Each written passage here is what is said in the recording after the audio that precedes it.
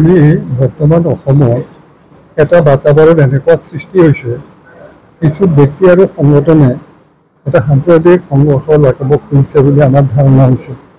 তাত যাতে বিশেষকৈ সংখ্যালঘু মুছলমানসকলে যাতে কোনো ধৰণৰ উচতনিমূলক কথাত উত্তেজিত নহয়, কোনো কাম যাতে নকৰে, ধৈৰ্যৰে যাতে সকলো কামবিলাক সমাধান কৰে, তাৰ কাৰণে আমি তাৰ এটা পৰামৰ্শ ৰাইজক দিবৰ কাৰণে আজি এই সভাখন আমি আহ্বান কৰিছোঁ। আমাৰ মুখ্য উদ্দেশ্য হ'ল অসমত সকলো শ্ৰেণীৰ মানুহৰ লগত, সকলো জনগোষ্ঠীৰ মানুহৰ লগত আগৰে পৰা সমিলমিল আছে। মাজে সময়ে ক'ৰবাত কেতিয়াবা কিবা গণ্ডগোল হ'লেও পৰৱৰ্তী সময়ত এইবিলাক কথা নাথাকে নহয়। বিশেষকৈ অসমীয়া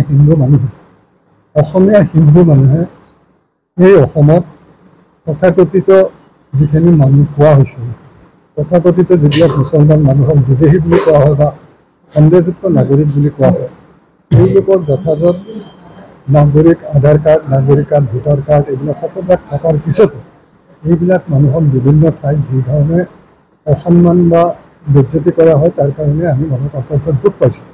আৰু এইবিলাক লৈ যাতে অসমত কোনো অশান্তিৰ সৃষ্টি নহয়, সেইকাৰণে আমি ইয়াত নাগৰিক মঞ্চৰ কিছুমান সচেতন ব্যক্তিসকলক লৈ এখন সভা আহ্বান কৰিছোঁ, যাতে কোনো অপ্ৰীতিকৰ ঘটনা ঘটিব নোৱাৰে। এই কথাটো মোটামুটি এইখিনি আমাৰ উদ্দেশ্য। ভৱিষ্যতে যাতে কোনো সকলো সমাজত যাতে শান্তি শৃংখলা বজাই থাকে, শান্তি শৃংখলা বজাই থাকে, তাৰ কাৰণে আমি এটা সম্প্ৰদায় ৰাইজক আমি এটা বাৰ্তা পঠিয়াবৰ কাৰণে এই সভাখন আহ্বান কৰিছোঁ। সামাজিক ব্যাধি যিবোৰ ব্যাধি আছে, এই ব্যাধিসমূহৰ বিৰুদ্ধে নাগৰিক মঞ্চ কেনেধৰণে নিশ্চয় এইটো পৰৱৰ্তী সময়ত আজি সেই প্ৰথম সভা হৈছে। পৰৱৰ্তী সময়ত আমাৰ যিবিলাক সমাজত ড্ৰাগছৰ, চাইবাৰ ক্ৰাইমছ ইত্যাদি বিশেষকৈ সংখ্যালঘু মুছলমান সমাজৰ কথা কৈ আছোঁ।